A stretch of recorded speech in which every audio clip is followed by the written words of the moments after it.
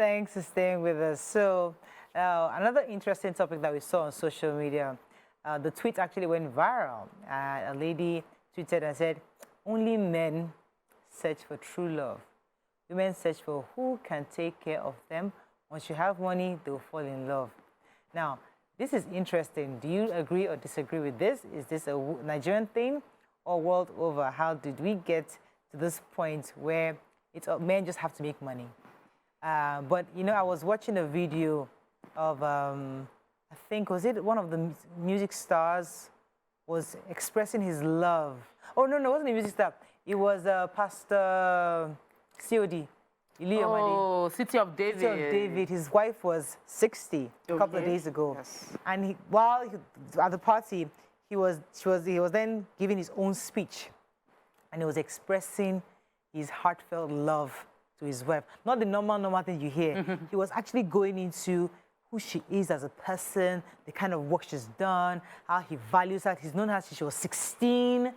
You know, they dated for they caught her for 10 years, and they've been married 44. They've known each other for 44 years, married for 34 years. And he was just, when he was saying the details of who she is, it now struck me that this is a man that actually fell in love. This is a man that marriage was not a, okay, it's the next phase of my life. Let us meet this person, let us settle down and just start something. He actually was in love with this woman. Does that still happen today? Do men truly fall in love? I mean, is there even anything like falling in love anymore in today for men and women's side?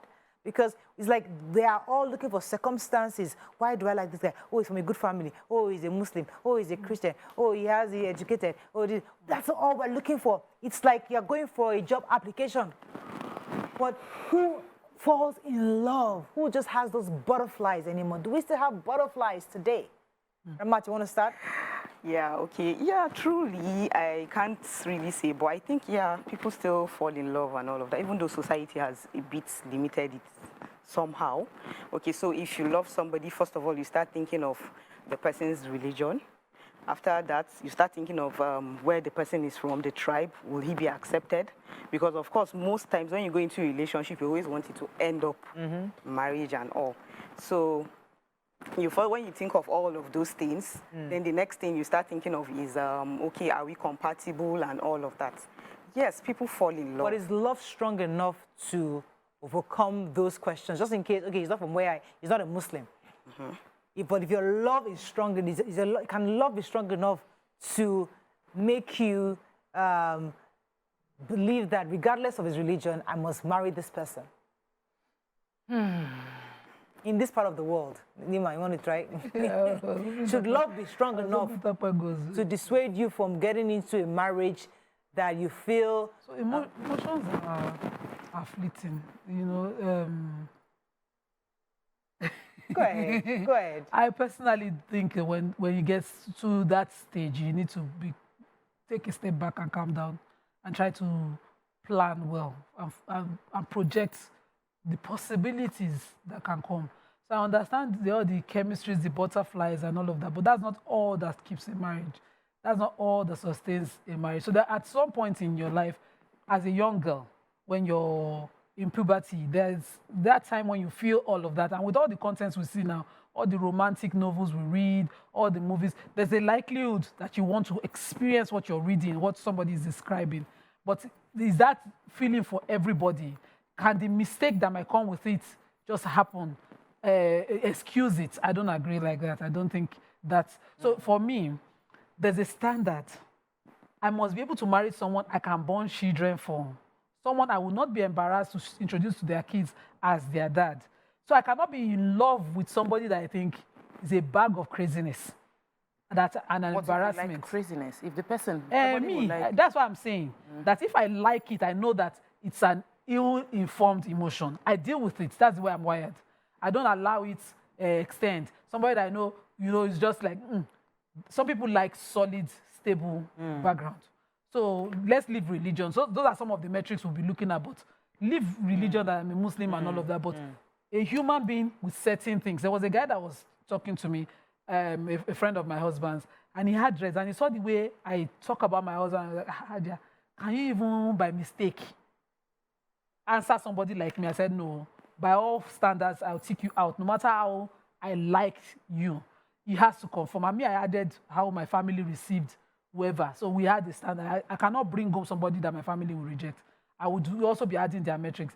So for me, it's not about emotions. Love is there. Yes, it's an addition. Let me but it's not all that I will take a come to decision talk for a second, because I'm not sure who I was talking to, and they were saying that we often mislead young people to feel that just find somebody who is good, find a girl from a good home, she's educated, you know, she has a good job, she's respectful, she loves your family, just marry, settle down. They'll be telling young men, just settle down.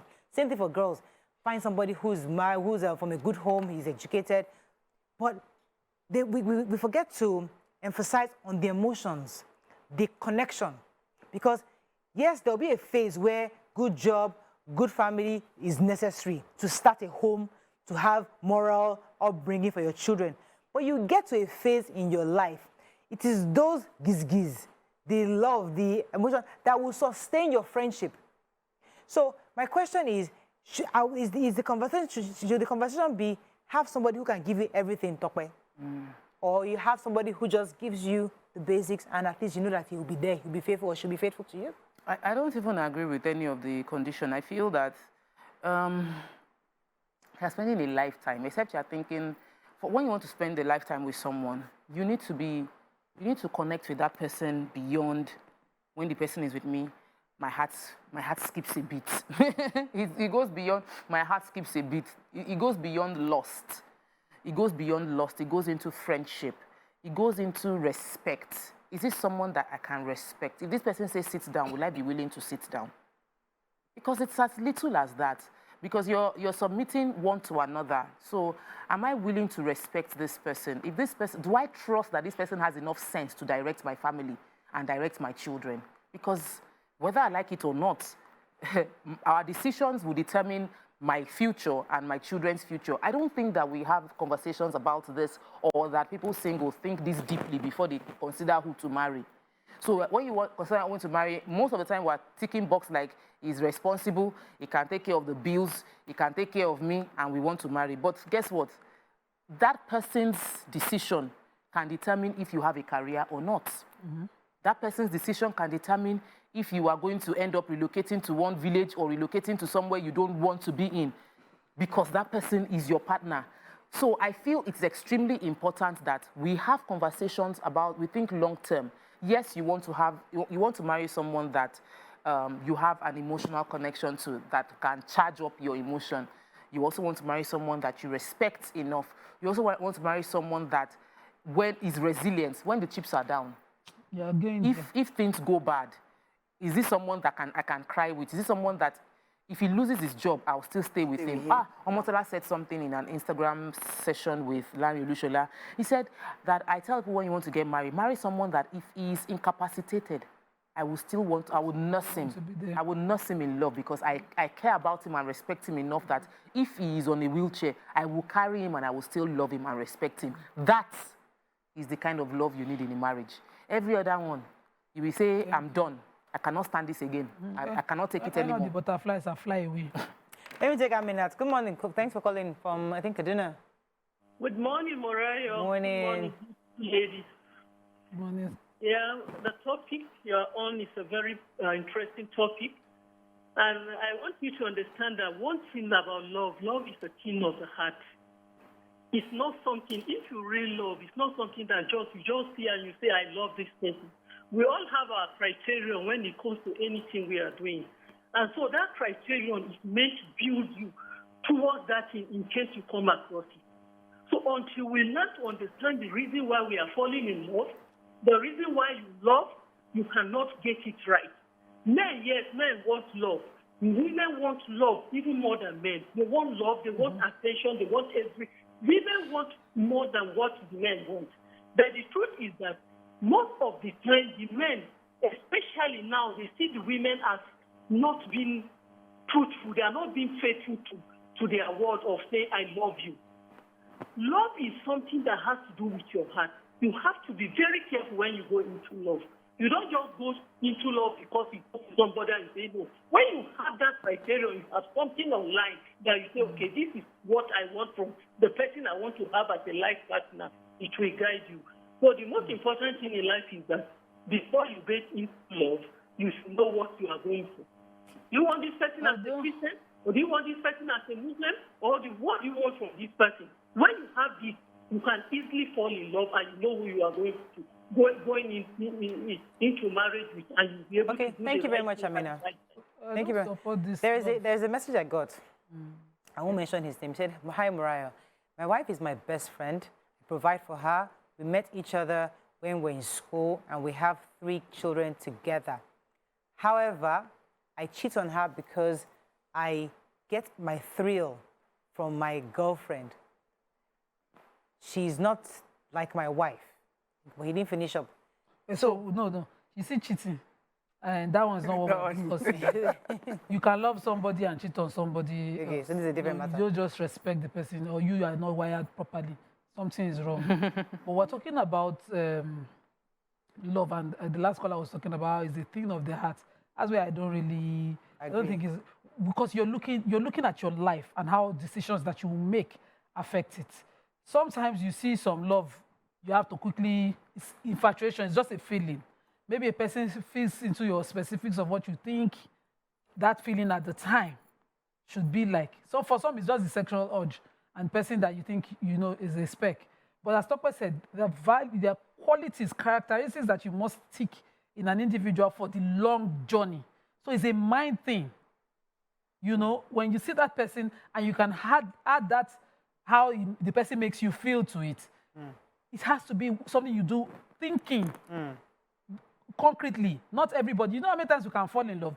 I was in love with some TV star. We're watching them from movies. I love RMD for long as a child. He was so handsome. That's not love, that's infatuation. No. Exactly. But if you allow me grow it, I can tell his wife tomorrow that I'll be in love with him. People can develop anything. But for the long journey, it's a serious decision. It's not something that you make based on how it makes you feel. Sometimes you can be so angry at a child, you don't remember the size of the child. You land on the child. So everything, I think, has to be of serious mind. It's not everything you play with, especially in future. If you remember, and I really like to hear Matthew's opinion on this because I think it's more prevalent in the North.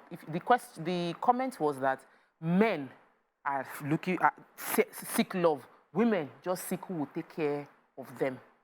So that's the conversation. That's the wrong generalization. But majority of, if you have to consider. What do you think about that, Ramat? Yeah. Well, men believe that they can show their love by providing. That's the major thing. So most men, if they want to express themselves to people, they just feel that, to women, they just feel that they have to provide. They need to be able to do this and all of that. That's why most men, before they get married, they get committed, they'll be like, I need to be financially stable. I need to be at this point in my life before I'll be able to settle down with my wife or with a woman or something.